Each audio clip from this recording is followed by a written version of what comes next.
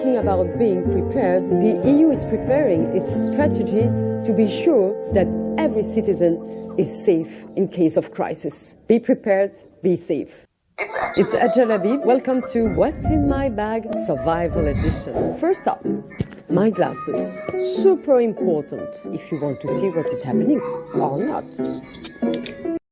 Next, my document in a waterproof pouch. A must in a rainy Brussels. Now, let's talk about lighting. I have a flashlight. If you don't forget matches and of course, the light. Turn. And water, of course, because water is life. And my special friend, a Swiss Army knife. 18 tools in only one knife. A must-have. And don't forget your medication. You might need it, because you never know. And don't forget something to eat.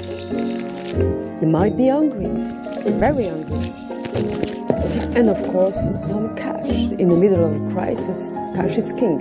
And your credit card might just be a piece of plastic, a charger, and a power bank, because a dead phone is a dead end. This is everything you need to survive the first 72 hours of a crisis. Eh bien, Georges, si on avait su tout ça, on serait encore vivants, nous, aujourd'hui. Hein?